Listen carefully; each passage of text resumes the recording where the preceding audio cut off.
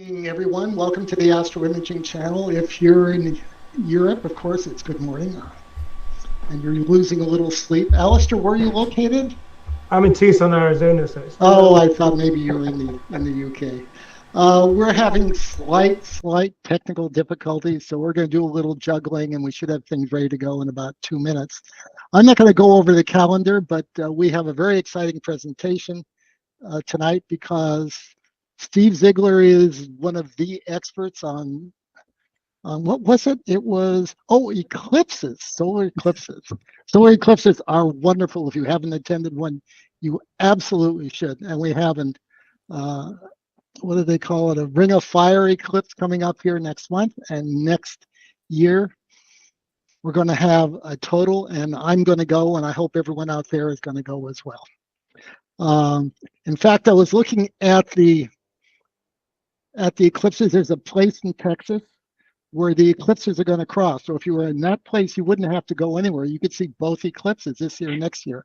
I was thinking of selling our house and moving down there, but my wife nixed that idea, so we're not going to do that. Next week, Alex or Simon is going to give a presentation, and why don't you just give us a little preview? Yeah, thanks, Eric. So yes, next week I'm going to be talking about extreme wide field mosaics. I like to do mosaics, but I like these days to do them as wide as I can. I'm talking about 120 degrees of sky, but I don't want to necessarily be doing hundreds of images to do that. So I'm going to talk to you about a system I built in the last 18 months, a little astrograph with a 135 millimeter Rokinon lens, and pair that with a ASI 6200 monochrome camera, and how you can use that to do really wide field with not too many images, but still at a really good resolution. And I'll tell you about the trials I had with that equipment, the good things, the bad things, how you fix them. And we'll go through acquisition techniques of this, how you register all these images that you've got over a very wide field so it's still flat and all still fits in the aspect ratios. And then I'll talk about the techniques I use for processing those images, registration and blending. So it's going to be a combination of equipment techniques and processing techniques for very wide field mosaics. Oh, that's great. You know, I think we do the close-up images and the medium field, but we always admire those wide field images. At least I do. So I'm interested in hearing what you have to say. Molly, how are we doing? Do we need a little more time? Should be ready. Ready to go now? Yep. Okay, so I'm going to turn it over to Steve. He's going to give his presentation kind of remotely. Molly's going to run the PowerPoint presentation. And Steve, it's off to you. Great. Thanks very much. And appreciate your patience getting us up and going here. Also appreciate the opportunity to speak tonight. I've been watching the channel for several years now. And, thanks to the team behind the scenes here, I got a good chance to see how well they work. Thanks for making this invaluable resource available. And hopefully tonight I can give back something instead of just taking from you all. When it comes to imaging a total eclipse of the sun, traditional words of wisdom recommend that you don't. This advice stems from the fact that photography can easily sidetrack you and ruin the experience of the phenomenal moments of totality. Fair enough. However, with the power of modern cameras, mounts, software, and a few other accessories, it's possible to photograph these eclipses and enjoy it immensely. And that's obviously what we're here to talk about tonight. So Molly, are the slides going now? Okay, there we go. Yeah. So I'll just say next slide as we need to. All right. And so before we get going, everyone that mute their mics and turn off their cameras if you're not on. Okay, Molly, let's go to the next slide. And in case the title of my talk or Eric didn't give it away, North America is going to experience 2 solar eclipses within the next 6 months. The first is coming up soon on October the 14th, the next month. And it's an annular eclipse that will appear in a pathway from Oregon down to Texas. And the second one is the big one, though. That occurs on April the 8th in 2024. It's a total eclipse that will travel from the southwest to the northeast, from Texas up to Maine. And as Eric noted, there is one place in Texas where you don't have to leave and you could see both eclipses. Let's go to the next slide. And I'll have some animations as a heads up too, Molly. So just be ready with your advance button there. I want to start with a little about me, of course. It seems to be the thing that people normally do on the channel here. So you can understand my perspective on tonight's topic. I got into advance, please. Just click through this whole series here, Molly. We'll have to wing it a little bit when it comes to the animations. That's good. Oops. Yeah. And so I got into eclipse photography with a background in landscape photography. I got my first official refractor just to photograph the eclipse of 2017. I hauled that same refractor. I love that experience so much. I hauled that same refractor down to Chile for the 2019 eclipse. All the images you see in my presentation tonight were created by me with that equipment. That said, I don't endorse anything I did or used. So use this at your own risk. That said, you'll have my contact information at the end. Don't hesitate to reach out for me later, and I'll do my best to answer any follow-up questions that you might have. Just don't wait until the day before totality to get a hold of me and expect a response. So let's go to the next slide, please, Molly. And I'm going to begin with a second apology. My first apology was the technical problems we had tonight. My second apology is that I'm going to offer something for all levels here tonight, I hope, beginners, intermediates, and experts. I also want to learn from my audience, and in order to do all of that, we're going to cover a ton of information, things like settings, techniques, equipment, examples, and I admit that overwhelming an audience with information is not a good presentation style, and I normally try to avoid this at all costs. But in this case, I wanted to provide as many details as possible. So for tonight, I'm going to beg your forgiveness. Try not to get lost in the details since you have access to them later on. You don't have to take any notes. The recording will be posted. All that said, I don't want to stifle discussion either and input from the audience. So please ask questions and comments in the chat, and we'll deal with those as best we can. I know there are many people in the audience tonight who have as much or more experience than I do, and I want to hear what you all have to say, especially if I make any mistakes. Please point that out. Now let's go to the next slide, Molly. After my second apology, my journey in eclipse photography began with a somewhat failed attempt to photograph the annular eclipse in 2012. This was my last picture from that eclipse, and afterwards, I realized I could have avoided this outcome with better planning. I looked ahead on the calendar. I found the next eclipse opportunity was coming up with a total eclipse in August of 2017, and that planted a very important seed for me. Next slide, please. And that seed led me to start the process in February 17 to get serious about eclipse photography. So I set myself a stretch goal. I decided I wanted a picture of totality, and I wanted it hanging on my wall. At the time, I didn't know anything about coronas. I didn't know anything about total eclipses. All I knew is I wanted a big picture with a black hole and feathery structures emanating from it on my wall. Next slide, please. And by the end of 2017, this is what I ended up with, and it was hanging on my wall. So next slide. I was pretty happy with my transition from 2012 to 2017. Tonight, I hope by sharing what I learned along the way, I'll help you with your journey too. Basically, if I can do it, you can do it too, trust me. So next slide. Here's the gear I used. Pretty simple by most astro imaging standards. I used DSLRs. I haven't used any of my custom astro imaging or my dedicated astro imaging gear for eclipses before, only DSLRs. I used one telescope, a mount, telephoto lens, some solar filters, and some very fast memory cards. Next slide, please. Here's how it looked set up for practice on my driveway. Next slide. Here are the details. I quickly learned that one of the most important pieces of equipment was something I got from Walmart. It's not too often that you can buy an important piece of astro imaging equipment at Walmart, but that umbrella was critical. It goes without saying that protection from the sun makes your experience photographing an eclipse much more pleasant. Next slide, please. Here's a closer look at some of the components. On the right is my laptop with a software program that allowed me to capture tethered images from multiple cameras. This allowed unattended image acquisition based on my location. This is a big deal, and I'm going to talk about this more later, but I'm also going to cover how not to use this dedicated software as well. So again, I'm trying to get something for everybody here. Next slide. Here's the path to totality in 2017. I live in East Tennessee. And when the big day came, the edge of totality went right across my driveway in Knoxville. Next slide. So I went to Wyoming. I had good reasons, but I won't go into that here. Next slide. I ended up at a ranch near Guernsey, Wyoming. You can see that they rolled out the red carpet for us here. Actually, this was a wonderful family who opened up their ranch for Eclipse camping. It was a perfect location for an eclipse. Next slide. Here's our camp. Next slide. And here I am all set up for the big day. This is a good time. I'm going to back up a little bit. This is a good time to take a step back. And as I prepared for 2017, I found this quote by a noted eclipse chaser that made me pause. Next slide.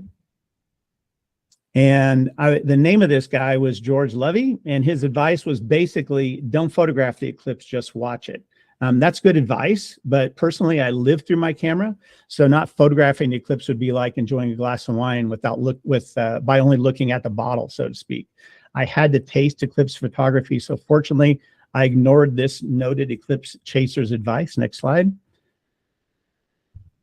And I'm glad I did it. Next slide. I found that by planning, preparing, and practicing, I could deeply enjoy totality and still make images that I love to this very day. I'm certainly not a noted eclipse chaser, regardless of what Eric said in the intro, but I believe if I can do it, you can do it too. So let's go along and get on with it. Next slide. These are the, this is called, after all, the Astro Imaging channel. It's not the Astro Watching channel. We need to photograph this thing, everyone. So don't just watch it, photograph it. Next slide. Here's some of the resources I used. For my preparations, I'll share more at the end later. The book on the right by Alan Dyer is quite good. And if you look on YouTube, you'll see that he's done several presentations on eclipse photography. Similarly, the book on the left by Gordon Telepin is also a good resource. And he has extensive information that you can check out on this channel. If either Alan or Gordon are in the audience and would like to share their contact information, please feel free to do so in the chat so everyone can see it. I also know Nico Carver has started a series of YouTube videos on his well-known Nebula Photos channel. Everyone here knows Nico. I suspect Nico might be in the audience tonight. So Nico, please also share the links to your videos so everyone can watch them later. I mentioned Tethered software that I used for imaging the eclipse. It was called Solar Eclipse Maestro. It's written by a gentleman named Xavier Joubert from France. Here's an example of the main control screen. In short, SEM, as I call it, has been awesome for me. And when it comes to tethered images, I couldn't show you the images I had tonight without Solar Eclipse Maestro. All that said, the bad news is it only works for older Mac operating systems. I mention it here because it worked well for me. I happen to have an old Mac I'm going to use in 2024. I really invite comments from people who might know whether there's going to be an update to this program. My fingers are crossed. Other options exist, certainly, as I've listed here. I have no experience with any of these other options. I know, Molly, you're planning on using Nina, if I remember correctly. Molly, So, next slide. oh, yeah, sorry, my bad. Thank you for that. And next slide again. Yeah, so again, I'm sorry. So these are the options that I know of that exist at the bottom. Again, I used Solar Eclipse Maestro, and but I have no personal experience with these other ones. And like I said before, before Eric caught me up, Molly, I know you're planning on using Nina, so I'm sure you're going to get some good images with that as well. Let's go to the next slide. I want to mention two historic solar eclipses. Next slide. Hit it twice, please. There are two of them. The discovery of helium was actually made in a solar eclipse in 1868. Prior to that, we didn't even know helium existed. And so I think it was quite amazing that we understand that something as commonplace as helium today was discovered in a total eclipse of the sun. And of course, everyone probably knows about the confirmation of general relativity as well. So it's pretty amazing that the observations of star movement around the eclipse in 1919 ultimately led to Einstein becoming an overnight celebrity. So I also thought you might, next slide, I thought you also might be interested to know, based on the history, now that we're on the subject of history, the first photograph of a totality was made in 1851. It was a daguerreotype made on with an 84-second exposure. Next slide. I don't know about you, but how lucky are we that we have modern equipment today and we can take much better images than they did in 1851. Speaking of lucky, next slide. Speaking of the Earth is not the only planet, of course, to be able to see eclipses. Here's a solar eclipse from the Martian by the Martian moon Phobos, observed by the Perseverance rover. Here on Earth, we're lucky enough to have a moon that has the exact same apparent size as the sun. And I don't know about you, but that's one of the most beautiful coincidences in all the natural world to me. So next slide. That happy coincidence leads to 3 types of eclipses that we're all going to be able to see in the next 6 months: total eclipse, annular eclipse, and partial phases of the eclipse. Our string of luck certainly continues. Next slide. And hit the animation 4 times, please. And stop right there. So there are 4 contact times defined by a total eclipse. The first is called C1. This is the beginning of the eclipse. It's when the moon first touches the sun, followed by C2. Things are obviously very exciting at C2. This is the beginning of totality, when the moon completely covers the sun. And then finally at C3, we start to get sad because the moon no longer completely covers the sun. This is the end of totality. And then C4 is the last contact of the moon with the sun and marks the end of our eclipse journey. Next slide. There are similar contact times that define an annular eclipse. Only C2 and C3 are replaced by the beginning and the end of annularity instead of totality. Next slide. The moon, this is a good time to mention that the moon never completely covers the sun during annular eclipse. You're always going to have to use a solar filter for all phases of the eclipse. We'll talk more about filters later. And also, I'm not planning on discussing the annular eclipse very much because, to me, in my opinion, it's just a special form of a partial phase, and we'll talk about that some too. So next slide. So hit the animations a couple times and all. There you go, stop. There are the contact times that I just mentioned are summarized in what's called a local circumstances table. Typically, this includes also the timing, but also the location of the sun during each one of the contact times. You're going to have to use one of these tables for your selected location during totality, or you're going to miss it.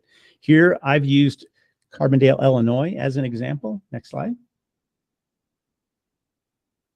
And it's a good question to find out, where can you find the local circumstances information. Next slide. This is an interactive interactive local circumstances calculator that I use. The website is down here on you can see the red box at the bottom, or you can just Google Xavier Joubert local circumstances calculator, and you can use it. It's very interactive. It has a lot of information on it. Others exist, but this is the one that I'm used to using. Next slide, please. This is some of the additional information. Hit the animation twice, please. One more. Okay, thank you. This is some additional information that you can see in the local circumstances table that Joubert has. You can see the red tick marks here represent the north and the south poles of the sun. This allows you to determine the location of the equator, which you probably want to place along the long axis of your image frame. I should say probably here, because that's an artistic decision that you'll have to make. I would just encourage you to be intentional about your orientation, and you can use this information to decide exactly how you want your image to look at the end based on the poles of the sun and the equator. Note that the polar north will be different depending on your location, so it's not the same everywhere. Next slide, please. That begs the question, what is the corona going to look like in 2024? It should be a very interesting corona because we're at a high point in solar activity. Of course, we won't know exactly what it's going to look like until April the 8th. However, the SOHO app here provides a real-time view that you can check out the morning of the eclipse to see what the corona is going to look like. This white circle that you see on the image on the right is the actual diameter of the sun, so you can't see the inner portions of the corona, but it gives you a good idea of what it's going to look like on totality day. So each time in 17 and 19, I checked out what the corona looked like the morning of the eclipse just to get an idea. and I oriented my camera accordingly. Next slide. So like the countdown for a rocket launch, contact times allow us to define times during an eclipse. For example, C2 minus 20 seconds means 20 seconds before C2 or before totality. Likewise, C3 plus 10 seconds means 10 seconds after totality. Next slide, please. We're going to put that to use very quickly here as we discussed a chronology of events in a solar eclipse. This math will come in very handy. So next slide. And you know the animation routine now. So here are Molly's animating these. Keep going, Molly. She is showing us all of the different phases in the chronology of an eclipse, from C2 to the partial phases, the diamond ring, Bailey's beads, and then I think I said C2 a second ago, I meant C1, and then the totalities between C2 and C3, followed by the diamond ring and the partial phases in C4 at the very end. We're going to spend some time looking at each one of these events in great detail. Next slide. First, I'd like to start with the pictorial timeline of these events related to how filters are used. So the green on this slide shows you when we don't have a filter, and the yellow shows you when we do have a filter. There's about 75 minutes on each side of totality, with about 5 minutes in the middle where we're not using a filter. And that 5 minutes includes the 4 minutes of totality, but it also includes time for the series of events that lead from the diamond ring to the, I'm drawing a blank now, from the diamond ring to the next phase, and those are all described as the beautiful continuum. They're one of the most photogenic parts of the eclipse, and so you don't want to miss them out. Typically, we consider totality as the thing we're shooting for, but in my opinion, some of the events that occurred during this beautiful continuum are just priceless. So let's talk about those more in detail. Next slide, please, Molly. First, I'd like to just introduce what happens close to the end of the partial phases, about 1 to 2 minutes before C2 or totality. Sunlight's going to become creepy dim. It's going to almost be gray. You're going to see the approaching lunar shadow like you can in the panorama at the bottom here on the left. And this is, just remember that you need to keep your solar filters on both your eyes and your cameras at this point, but it's a very interesting time now. I'm not going to cover any of the other events that occur, like the animals and things like that, except for one, and that's on the next slide, and that is the shadow bands. So these are caused by iridescent bands of light formed by a sliver of the sun. They're easier to see at C3 after your eyes have dark adapted. They're not easy to see at C2 because you're still used to seeing a bright sun. It's also not, for me at least, it's not easy to look down at this point because I'm too busy looking up. So what a lot of people will do who are really into this will spread a white sheet and record some video. There's an animation here, Molly. And Gordon Tullipin does a really good job of describing this in his book. So if you're interested in this, please check that out. Let's get back to that beautiful continuum now. And so the first phase is called the diamond ring, and it typically begins around 15 seconds before C2. This image I have on the left here, I took in 2017, 13 seconds before C2. The next phase that I couldn't remember earlier is called Bailey's beads. And this image was taken about 4 seconds before totality. And then next, please, Molly. The last image is the chromosphere and prominences. And in this case, this image was taken 4 seconds after C2. Next slide.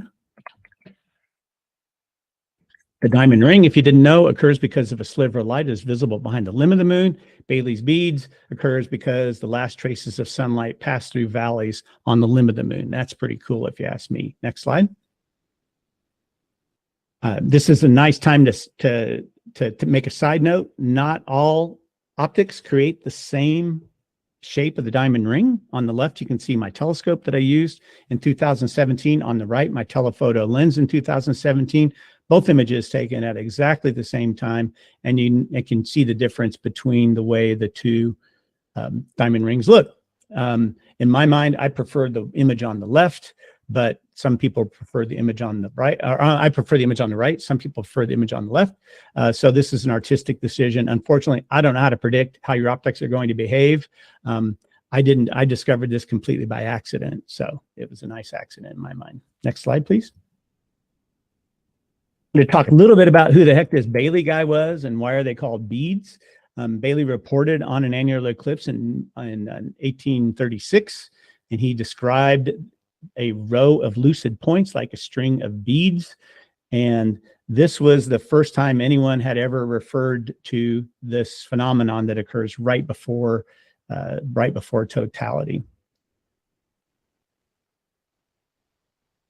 So what will Bailey's beads look like on April the 8th to 2024? Next slide. Of course, there's an app for that.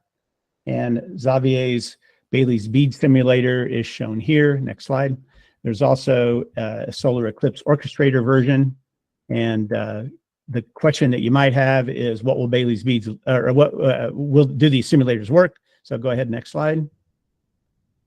And this is a simulation from the 2019 eclipse in Vicuña, Chile. C3 plus 5 seconds, click, and you can see the image I got at C3 plus 5 seconds. You blow it up, and it looks exactly like the simulation. So these simulations do work, and I'm planning on using them to plan my observations or my images of the 2024 eclipse. Speaking of timing, let's talk about timing of Bailey's beads. Timing is critical. Next slide.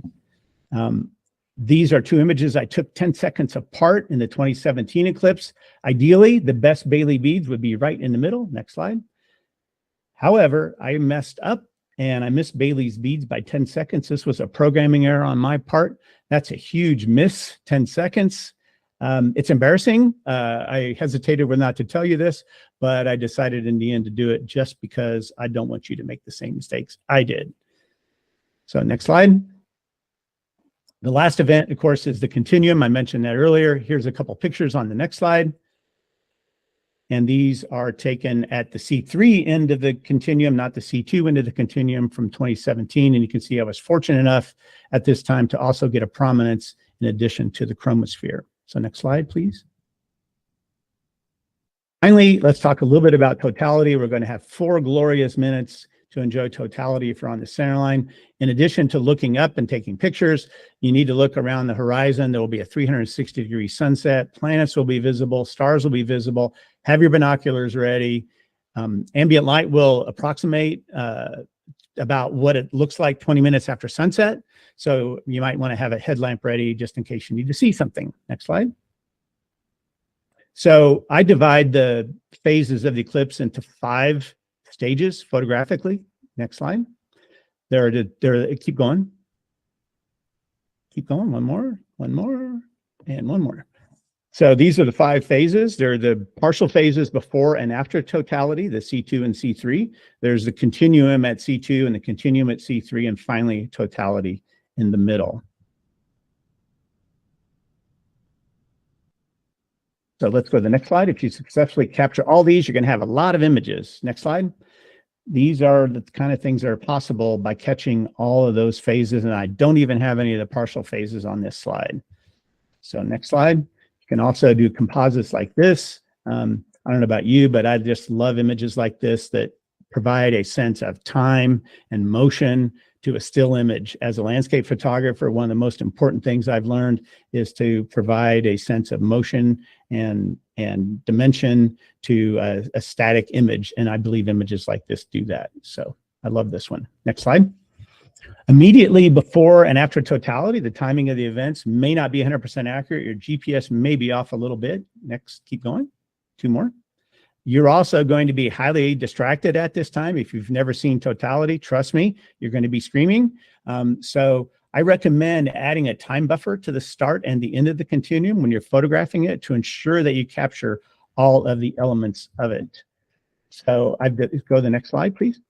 So I'm going to put this in the form of a table. Here are the 5 stages.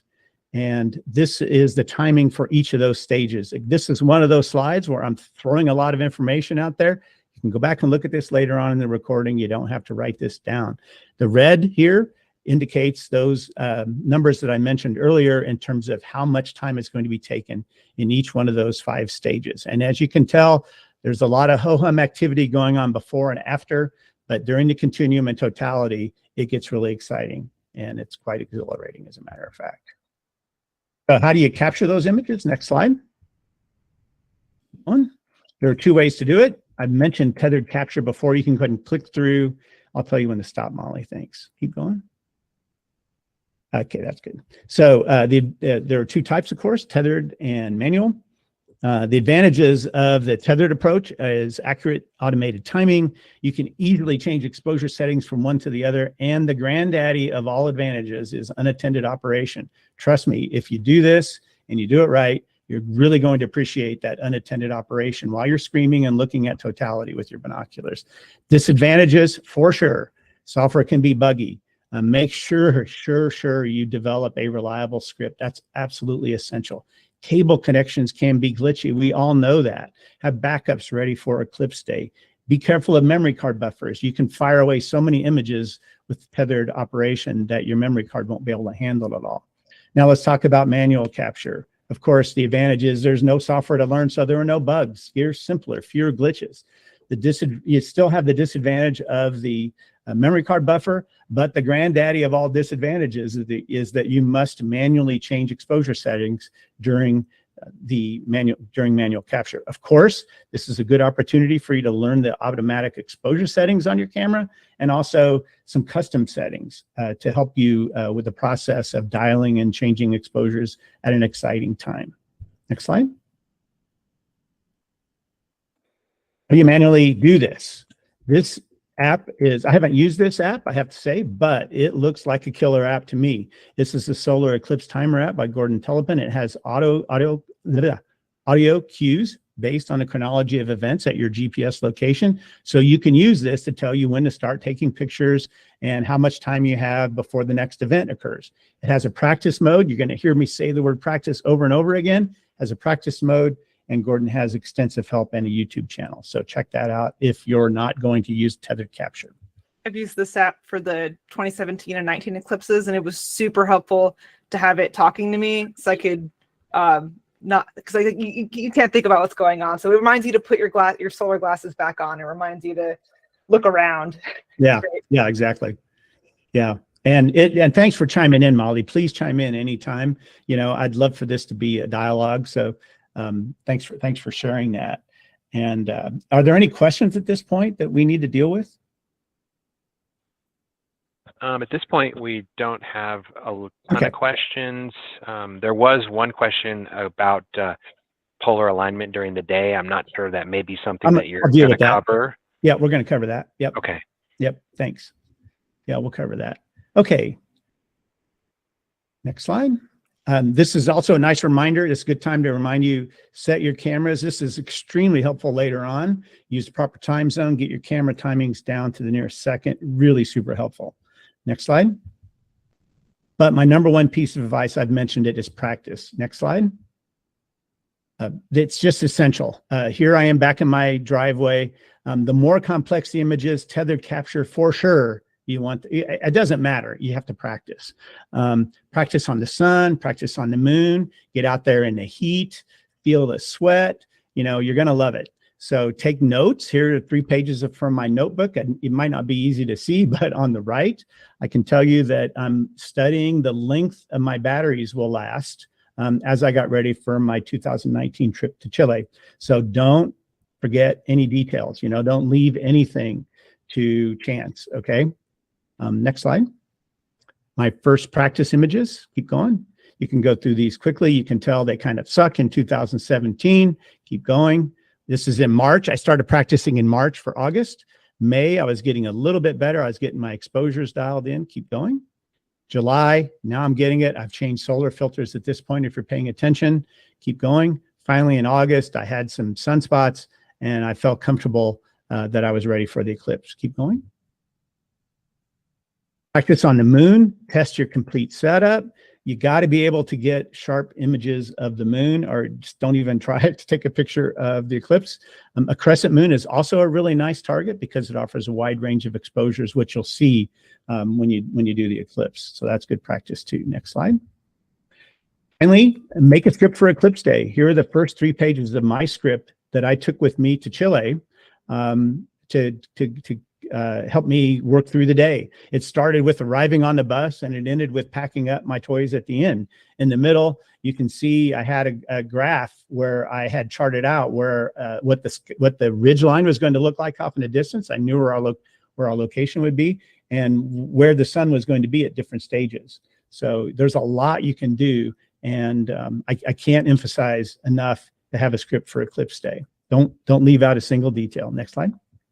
Let's talk a little bit more about filters. When and what filters? Next slide. They have to go on to the front of the optics. You probably already know that. You don't want to send magnified light to a filter because you'll melt it. Next slide. It's also important to know that solar filters designed for imaging may not be safe for naked eye viewing. Make sure, I'm not going to talk much about viewing an eclipse, but make sure you use only certified glasses for naked eye viewing. Next slide. You're going to have to make some decisions on what filter is right for you: film versus glass, make buy, threaded versus slip covers. There are a lot of DIY instructions online. Next slide. Here's a threaded filter that I made in 2017. I think these filters are really awkward to me, to my clumsy hands. I never use this filter. Next slide. So whatever you do, make sure your filters are securely attached. They won't accidentally fall off. They're free from defects, no light leaks. I think you probably understand that. Keep going. Next slide. Not all filters are the same. Go ahead. There's one animation here, I believe. Yeah. So the filters have a different, different filters have a different color balance. You can adjust this, of course, in processing. You don't have to stay with what you end up with in a raw file. And just make sure you test and practice to find what you like. And here are two examples of filters I explored. I ended up liking the Botter White Light ND5 filter. I felt like it gave me sharper images, and I didn't quite like the lavender light blue look. So in processing, I made this slightly yellow to give it more of a traditional partial sun look. So next slide. When do you have to remove them? I remove my filters somewhere between 30 and 20 seconds before C2. The camera won't be damaged. There's not enough light to hurt it at this point. But whatever you do, don't do naked eye viewing through unfiltered optics at this time. Next slide. Of course, during totality, take those filters off. You'll really be sorry if you didn't. At this point, also, it's safe to view through unfiltered optics. Finally, about 20 to 30 seconds after C3, after totality is over, is when you'll put them back on. And those apps that we were talking about, that Molly and I were discussing a second ago, they'll have audio prompts to remind you when to do this. It's absolutely, it's really helpful. It's not required. It's just really, really nice to have. Next slide. How do you find the sun? Really, we have to talk about this, but it is surprisingly difficult to find the sun through a solar filter. Don't forget, you're looking at a completely black field everywhere except this little teeny tiny dot of the sun. The way I do it is I minimize the shadow of my camera initially to point close to the sun. Next slide. And then I use a little pinhole viewfinder that allows me to check the sun's position. The one I use is called the Soul Searcher. It's nice to have on the front of your telescope or lens so that you don't have to look through the lens to see that you're still aligned. And it's just a really nice handy device. There are some very clever DIY options out there. I know Nico Carver described one on his YouTube channel that you ought to check out. Next slide. Let's talk about image sharpness. Next slide. We're going to be battling two things, two animations, please. We're going to be worried about camera vibration and solar movement. When we talk about vibration, you need to think a solid tripod and a remote release. When we combat solar movement, you need to think about shutter speed. So keep going, Molly. So you're going to go through about 4 animations here, okay? One more, thank you. There we go. So the sun, these are some statistics that you'll want to know. The sun moves about 1 diameter every 2 minutes. The diameter of the sun is 1/2 degree. So I'm using a 400 millimeter lens as my standard lens, and that has a 5-degree field of view. Therefore, there are 10 solar diameters filling a horizontal field of my 400 millimeter lens. Of course, on a full frame sensor, you will have to make the adjustments on APS sensors and other image size sensors, or other sized image sensors. Next slide. So what to expect on a stationary tripod, you can click through about 4 animations here too, Molly. Thank you. One more. So up in the upper left-hand corner, we'll see what the sun looks like 2 minutes before C2. This is a little simulation I made. That's the actual diameter of the sun with a 400 millimeter lens. We move 1 step to the right at C2. The sun, that's 2 minutes later, the sun has moved 1 diameter. Down at C3 in the lower left, now that's 4 minutes after C2. So now we actually have moved, the sun has moved far enough, it's getting close to the edge of the frame. And then finally, 2 minutes after C3 during the beautiful continuum, you know, now the frame of this, now the sun is almost out of the frame of the camera.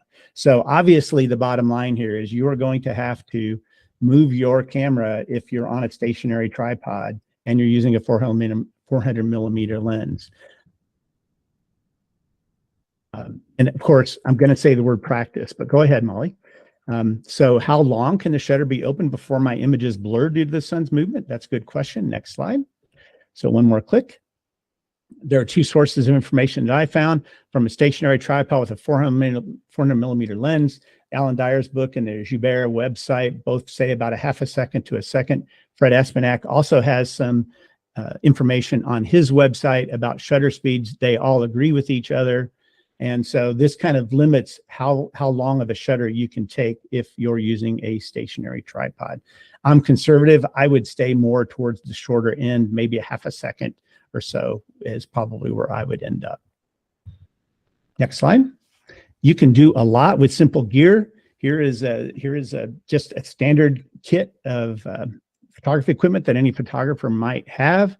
And so this is a good time for you to learn. If this is going to be your approach, this is a good time for you to learn the auto exposure settings on your camera and also some of the custom settings on your camera. I know on my Nikons, I can set a custom dial where I can change my exposures in one click of a dial, so I don't have to completely dial my exposure settings at a very exciting time during totality. So this is a good time to learn those automated features. Next slide, please.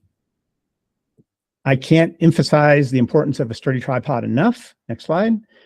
But also don't forget about the tripod head too. It has to be sturdy. Plan to reposition the sun if you're using a stationary tripod. Make sure to test your tripod head so that it can point 65 degrees up. A lot of times you're not using cameras angled up that high. Make sure your ball head or whatever it is you use can do that. Some heads are more awkward than others for this type of shooting. So the last thing that I would be using would be a ball head personally, because I loosen one knob and it falls all over the place. So anyway, next slide. Of course, to me, and I think to most people on the channel here, an equatorial mount is a far superior option than a stationary tripod. Of course, we have motorized and manually controlled mounts. Even this manually controlled mount on the left would be a nice tool to use during totality. I picked this one up for like 150 bucks, and my brother used it in Wyoming, and he had never shot an Eclipse before, and he learned how to use it in 20 minutes while we were setting up. So that's how handy that can be. Next slide.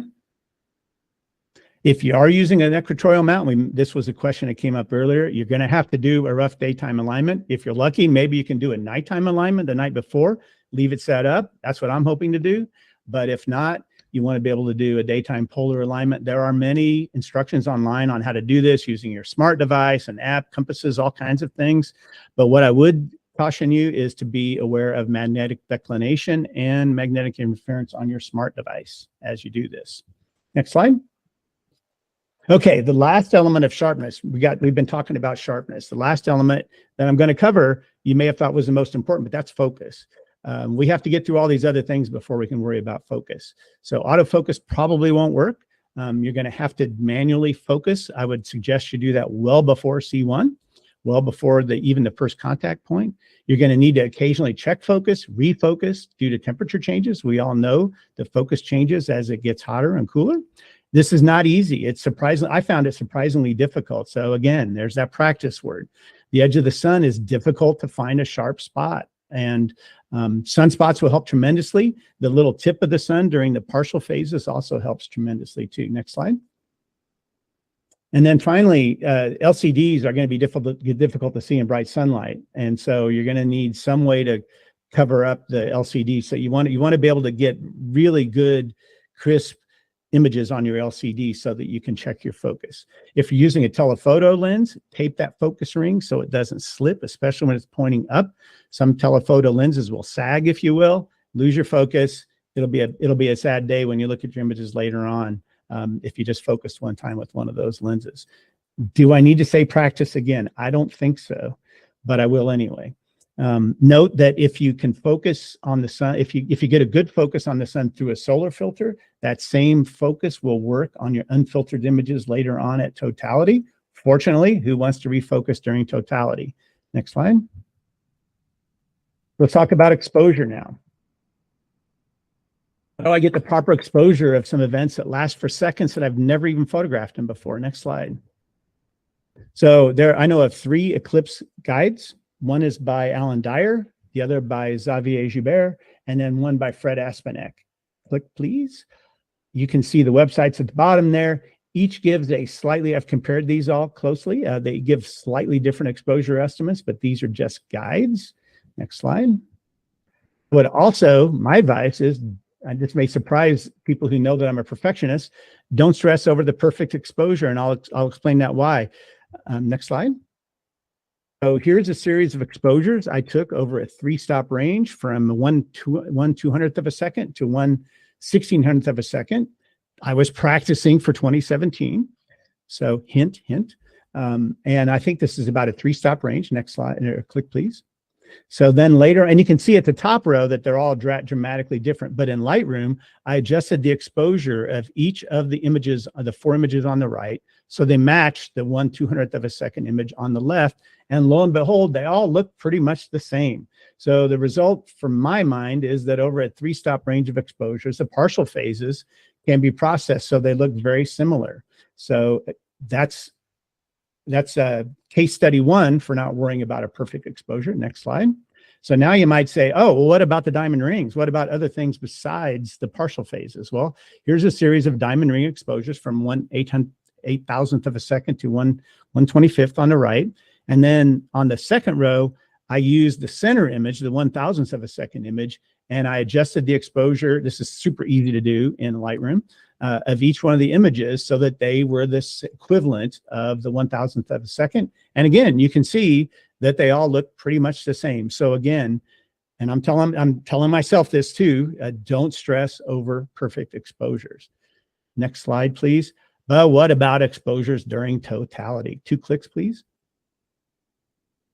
The range of brightness values is of the corona, the middle, the inner, and the outer, is far beyond any dynamic range of any sensor. So you're going to have to do bracketed exposures during totality. So let's talk about that. Next slide. Here are 14 bracketed exposures that I used in 2017 for the Eclipse. You can see they range from 1/2000th of a second all the way to 1 to 4 seconds. Next slide. If I were you, I'd be saying, do I really need that many exposures? Let's explore that. Next slide. So what I've done here is on this image right here, I have 14 images that I've combined in Photoshop Auto HDR. So at the top, let's go back, just go back one animation. There you go. Thanks, just for now.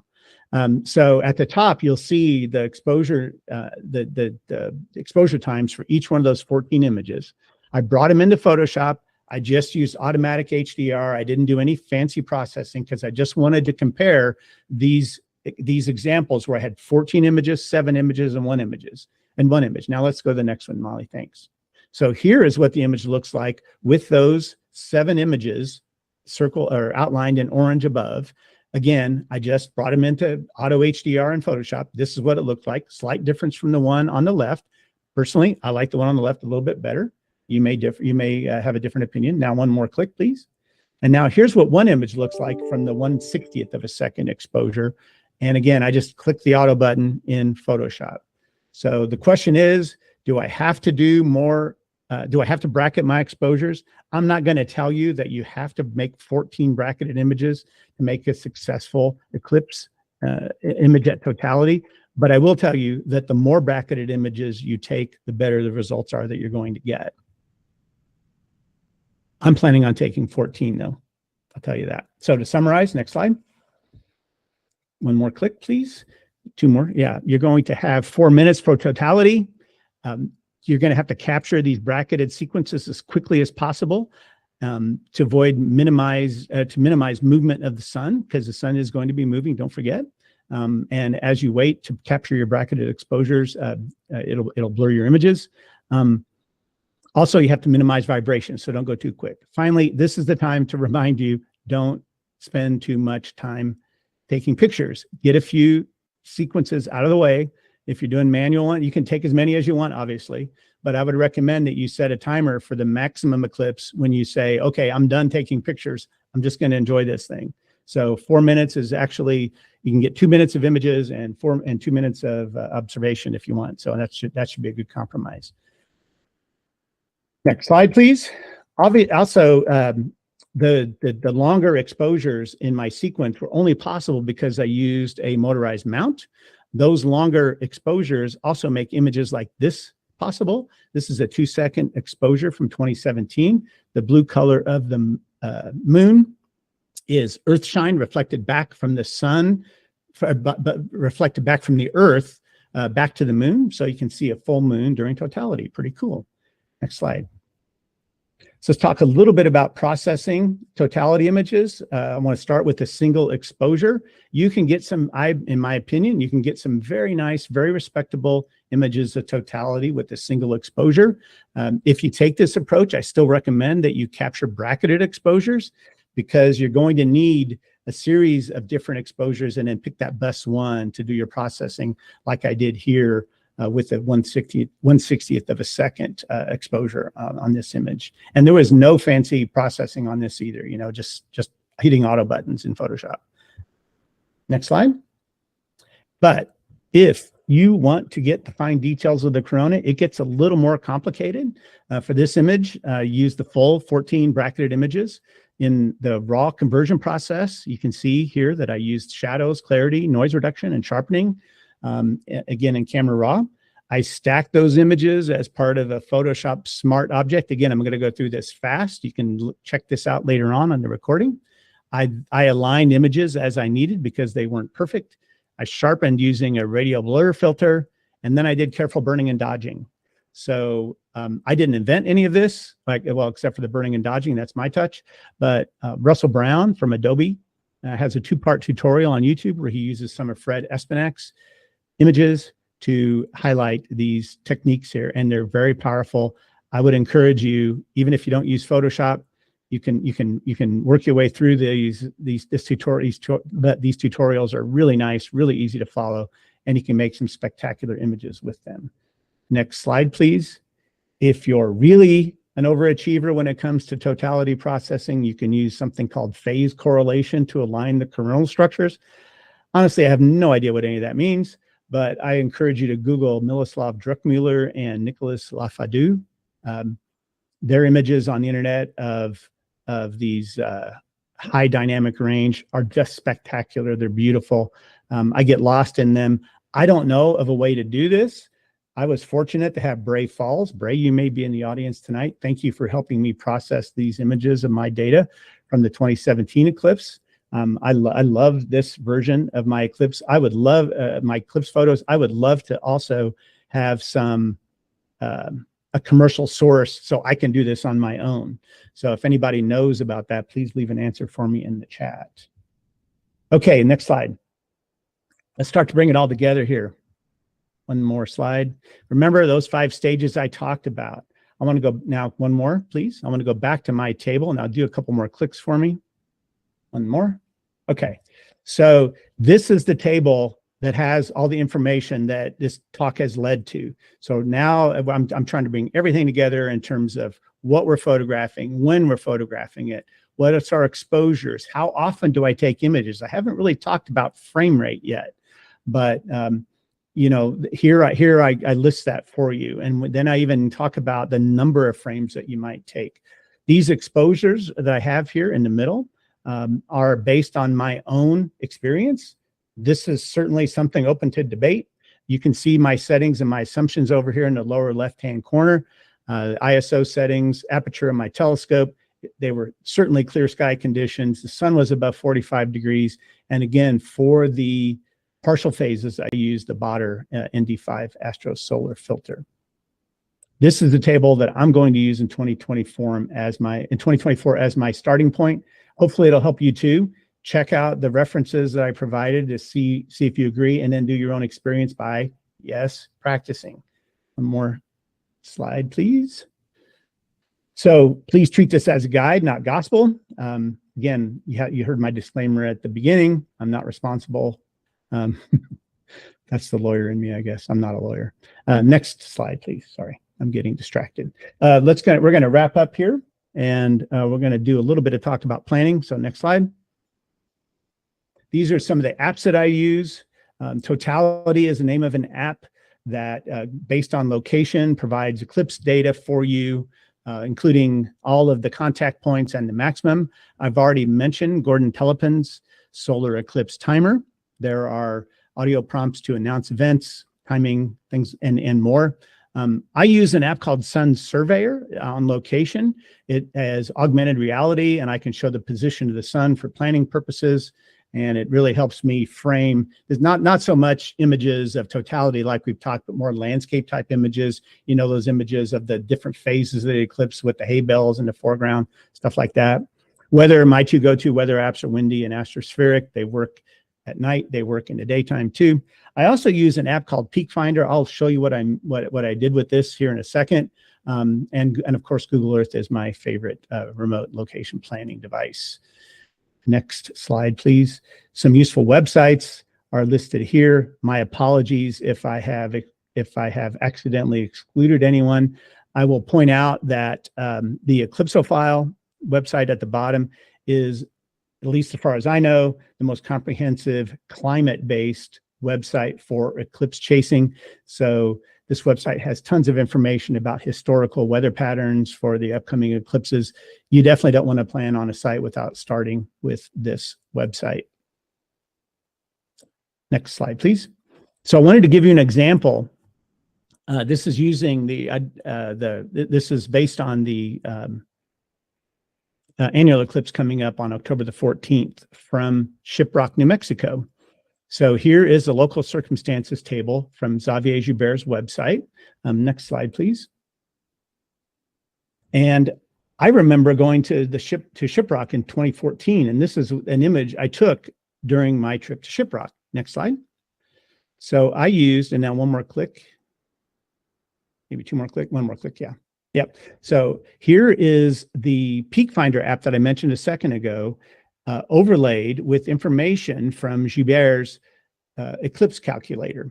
And so you can see the C1, C2, C3, it's C1, C2, and C4 time points in the arc going over the center. And in the foreground, from the Peak Finder app, you can see what Shiprock looks like. And it's maybe hard to see, but along the bottom, there is a row of degree indications, and then there's also degree indications going up and down. So I can define the field of view required for this image, and I know it helps me define what lens I want to use when I go to Shiprock on October the 14th. Next slide. Why settle for that diagram when I could put my photo in it? So I thought, what the heck, let's see how this goes. I don't know if this is going to work or not, but this is what my plan is for Shiprock for the annular eclipse. And this is an example of some of the things that you can do if you're going to get more landscapey with your images.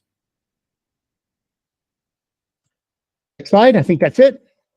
Excellent, thanks very much. I want to again give my thanks to the team at TAIC. Thanks so much for your patience with me as I dealt with the technical issues that I had earlier. And here's my contact information. Like I promised, I will be more than happy to get back to you with any questions you might have going forward. Like I said, just don't wait until the day before totality to reach out.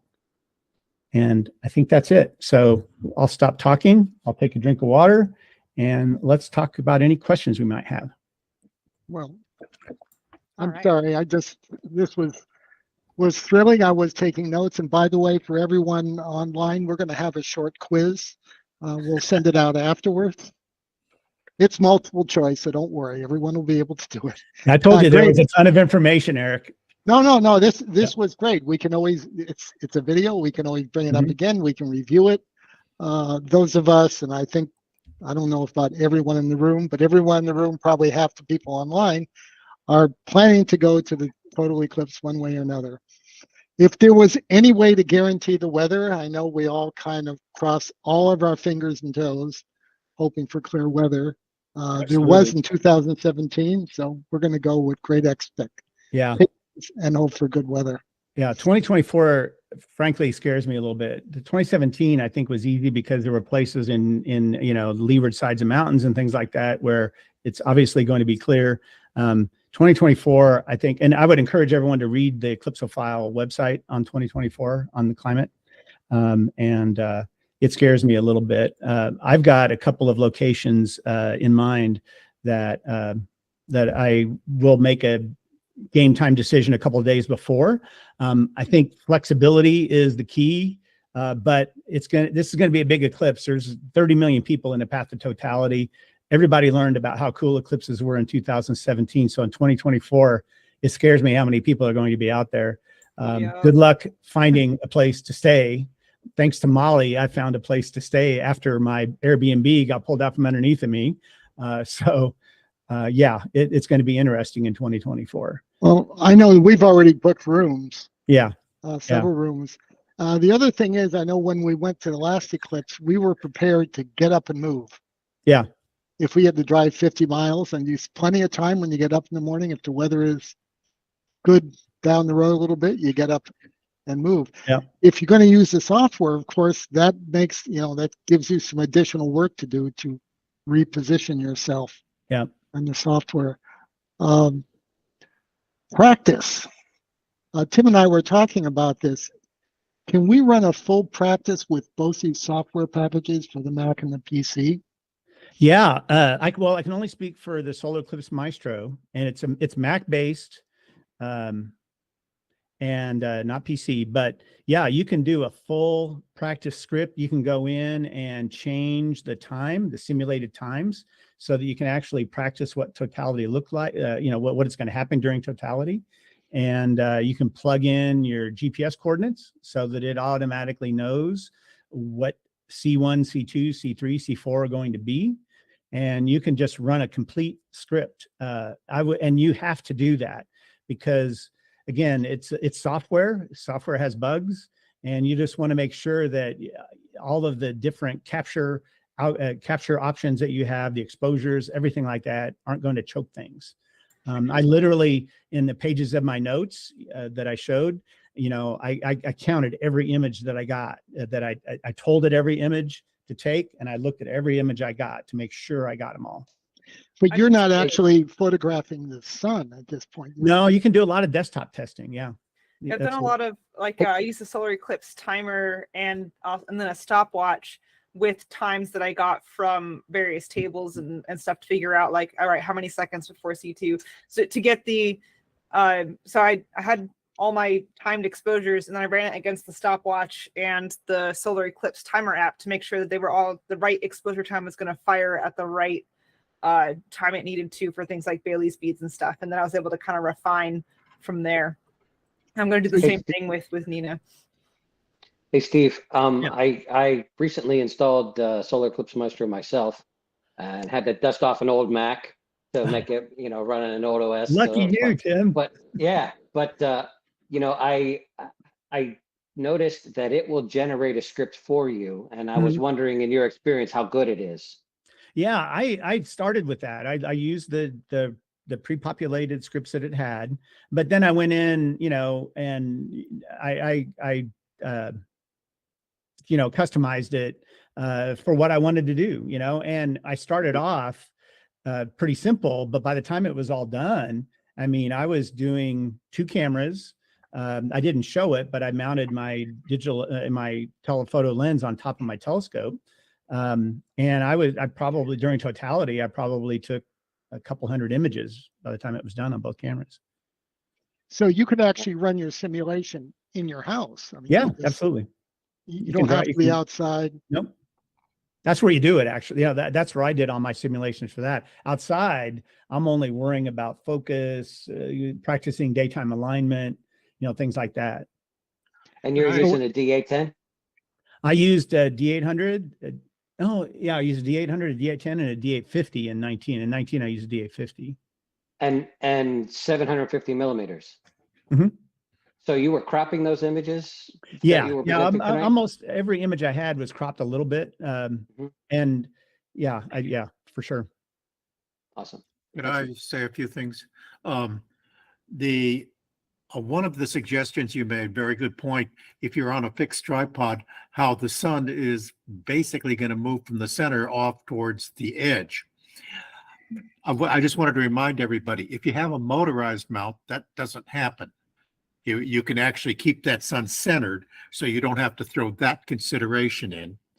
And I think that may go without saying, but there are probably some people that are going to be watching this that they may pick up that and for some reason worry about it when they don't need to. Yeah. I also want to point out that if you don't have all the software that Steve's described, and if you don't have that whole setup, what you can do is use the bracketing functions in your camera. You're going to be using a DSLR for this, and almost all DSLRs will bracket for you. I have found in those times where I'm trying to do this that I've got my remote control in one hand, and I push the button and I hear 3 exposures.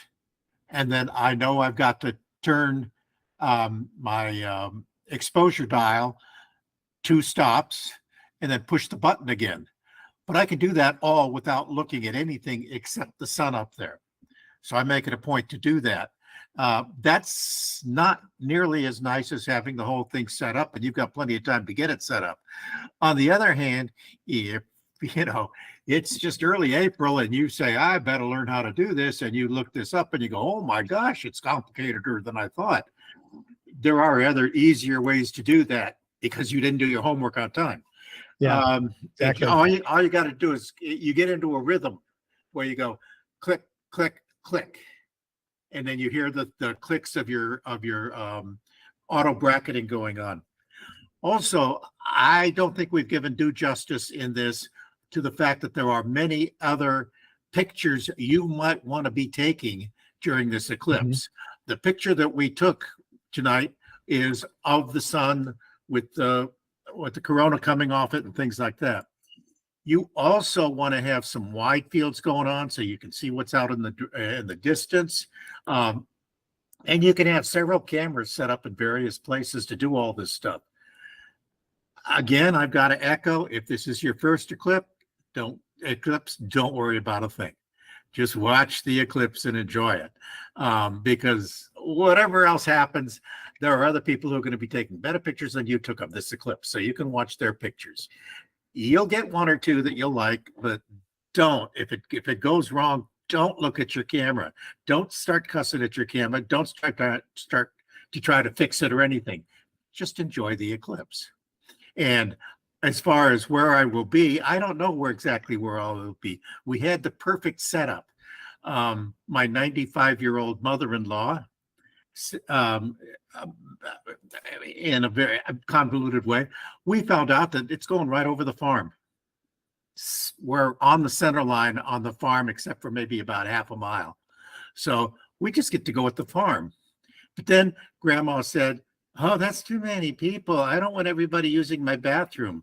So I don't know where I'm going to go. But you see, there's all sorts of eclipse planning that's got to go on. Get a porta potty. Anyway, that's enough for me. Well, those are great comments, actually. I echo all of them. If you're going to photograph it, and you've got to be willing to put in the work, no matter how you're going to do it, whether it's manual, stationary tripod, motorized mount, tethered software, whatever, you've got to practice it. And Alex had that down in his head where he could, move those dials. That requires a lot of practice. So even with the simplest of gear, you have to practice it. And thank you for clarifying the motorized mount. To me, the Cadillac setup here is tethered software that I know how to use, a motorized mount, and champagne afterwards, you know. So it really is nice to have that motorized mount, a good alignment. It just makes life a lot easier. So So I ended up in Chile, Alex. I had 4 cameras altogether, two of them taking wide fields. I didn't go into that tonight, but 2 of them taking wide fields, automatic. Part of my script was go over and just start using the interval timer on my wide field cameras, just to do a time lapse of the whole shadow coming across the sky, stuff like that. So yeah, it's a good chance to, you can really leverage technology now. So Can I say one thing more? I've got a big family, like there are 6 of us in my generation, and the rest of the family, of which there were 6 aunts and uncles, they all have big families too. So when we go on an eclipse party, just our family, it can be a pretty big bunch. Also, if you're going to a campground where there are other non-astronomer type people, they're going to see your stuff and they're going to want some help. And I lost a lot of time in my setup because I can't, and I'm an outreach person. I like to help other people. And I didn't get my stuff set up properly because I was helping other people. So that's a good day to be mean to other people. Yeah. Or something like that. You figure out how that goes. Yeah. I was in the middle of a field. There were maybe 20 people around. We actually had NASA was next door to us. So, you know, they didn't need any help, which was good, but people were too far away. So I didn't help people, and I didn't even, no one was around. So it was an awesome place. by the way, Steve, when we end the show, we keep on, stay in the room. We have our little chats afterwards. So please, I would say you're welcome to stay, but I would say please stay. Yeah, I will. No, because some of us, I'm sure we have questions that we'd like to ask. Were there any comments in the chat that I asked about some feedback on a couple of things? Did anybody any comments or questions? There's a question from how old does your Mac have to be for that software? A quick one. Oh man, Tim, you probably know better than I do. Mine, well, it was 2017, and I in the slides, and you can go back to that point in my talk, and you can see what operating system. I have the number in there. I went by it pretty fast. And it says on the website, and I forget exactly which one it was, but it says what the latest Mac operating system is that'll work with. But it's the last 32-bit Mac operating system, and I've forgotten now which one it was. Tiger or just leopard went or and snow found leopard an old or something machine. like that. Yeah, it's so long ago. It's animals. You mean my Mac It's SE is not going to work? Hey, don't forget, everybody, you need to, if you're not using one of the, well, at any rate, be sure to factor in your download time to your cards. Yes, because absolutely. you can sometimes, you've got it all worked out perfectly and you forgot that it's going to take 7 to 15 seconds maybe if you're using it. It probably won't take that long, but that's one of the things you got to practice for, because all those things don't hit you until they hit you. Yeah, and cheap cards are slow. SD cards are slow. Compact flash and the newer ones, I can't remember what they're called now, are awesome. And yeah. Can I just interject one more thing? In my research, I did find a Windows version of Eclipse automation software as well, and it's from Moonglow Technologies, and it's called Eclipse Orchestrator. Yeah. So anybody that wants to do this on Windows, I believe the functionality between that and the Eclipse Maestro for Mac are very similar. I've heard good things about the Orchestrator. Yeah. There's a charge for the Windows software, right? Yes, the Orchestrator is a little bit expensive, if I recall, but I've heard good things about it. Yeah. There's a free version and a pro version, I think. Right. And I looked looked at it. Pro, and I don't know what the differences are, but I looked at it in preparation for tonight, and it has a lot of the same features that Eclipse Maestro has in terms of simulations of Bailey's beads and things like that. So it seems to be a full-featured app. It's interesting to potentially buy a piece of software to use once. Yeah. Now, we got a question came in. Well, let me just say one thing about that real quick, because Hubert's software is donationware. But after each eclipse, I sent him like a couple $100 because it was worth it to me. And I think that's one of the challenges that he has. I can't speak for him, obviously, but it's not a commercial enterprise for him. But that's why he's not upgrading it. Maybe, I don't know. What's the question, Alex? Geronimo Cruz wants to know, he's got two parts to the question. ISO settings and how about video? ISO settings. Well, I have included ISO settings in all of my images that are in my talk. So I'm a firm believer in I use the lowest ISO I can and the highest ISO I need. And the only way you're going to figure that out is by practicing. I think in 17, I used ISO 100 on everything that I shared. And I think in 19, I may have used ISO 64.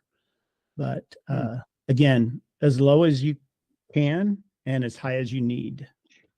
How do you practice? Do you have to practice on a sun with a filter in order to get your settings correct? That's for the partial phases. If you look in Gordon Telepin's book, he's got some guidance in there on how to translate that information from the partial phases into totality. But I just use bracketed exposures during totality, and like I said, I don't think we have to be perfectionists when it comes to exposure, as long as we're pretty close. And that really is hard for me to say. Actually, I'm such a perfectionist. Really? Mm-hmm. During partial phases, do you take one exposure each 4 minutes, or do you take a set of 4 so you can stack them? Well, I did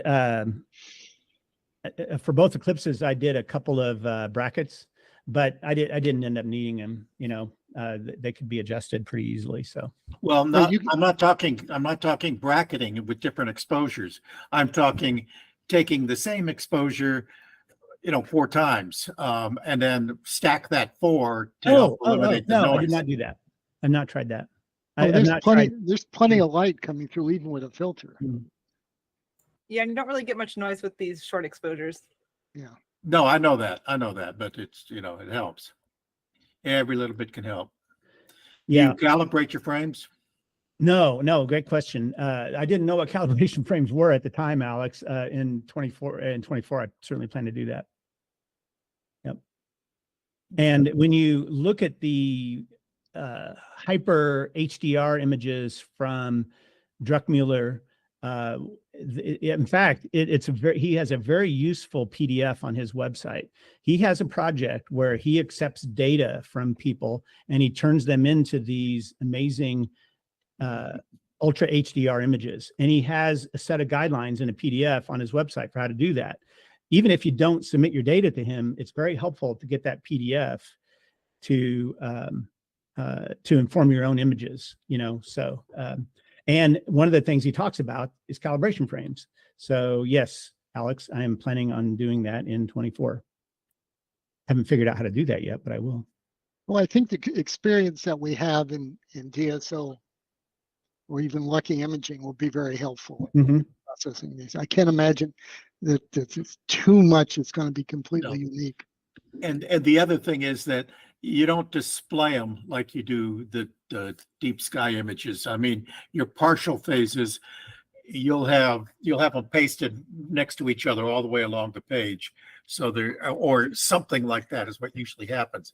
So it's not as if you get the bad pixels all lining up somehow or anything like that. Yeah. That said, I can see when I really, because I really push some of the, if you will, stretching of my totality images, and I can start to see some pattern noises that are in it. So I can only go so far before I have to dial it back a little bit. So I imagine if you have a slightly wider field of view, that if you really push and stretch those areas outside of the normal area that you might see, there's still information there. There still might be. That corona could go out pretty far, right? There is, and look back at Nicholas Lafadu. His name is in one of my slides there at the end. he does these HDR images that are just stunning. His images from 2019, I don't know how many solar diameters he had, but it was like he was using a 30 millimeter lens with lots of images, and he could see, don't quote me on this, but I think like 30 solar diameters of the corona. It was the most beautiful images I've ever seen of it. And don't forget, those images where you're getting the very outer edges of the corona are the same images that are giving you the earth shine off the moon. So you can see the craters of the moon and all that other stuff because they're there, and the Pacific Ocean or something is lighting it up, bouncing off the earth. Oh yeah. Well, and stars too. You should look at his images, and they're stunning. They're stunning. So I would love to know how to do that. How are we doing? We answered all the questions, and I've been looking at them a little bit. I don't think anything's coming in. Well, I think we're towards the end, and Steve, thank you very much for a thrilling presentation. I think you had everyone raptured, and you had about, I think, a total of 80-some people there, which is a pretty good turnout. And if you watch the YouTube video in a couple of weeks, you can see that probably a lot more people are going to go out. Eric, could I have for a second? Sure. Folks, we're going to post this on the web like we do every other image or every other YouTube. And if you know some other names for software or some other ideas, go ahead and put them in the comment section and let people look at them and get the idea. If you know some sources for some of the software we've been talking about today, go ahead and comment them in the YouTube pages, and it'll help spread the word about, and that's what we're about. So I'm sorry, Eric, go ahead. Thanks. No, I think we're all set. Steve, thanks again. Please hang with us a little bit when we end the show, and if we're all good to go, who's in charge? Terry, you're running the show tonight? Yep. All right, take us out. Thanks everyone for hanging in there with us, and we'll see you next week. Good luck on Eclipse Day. Good Good night. night, everyone. Good night.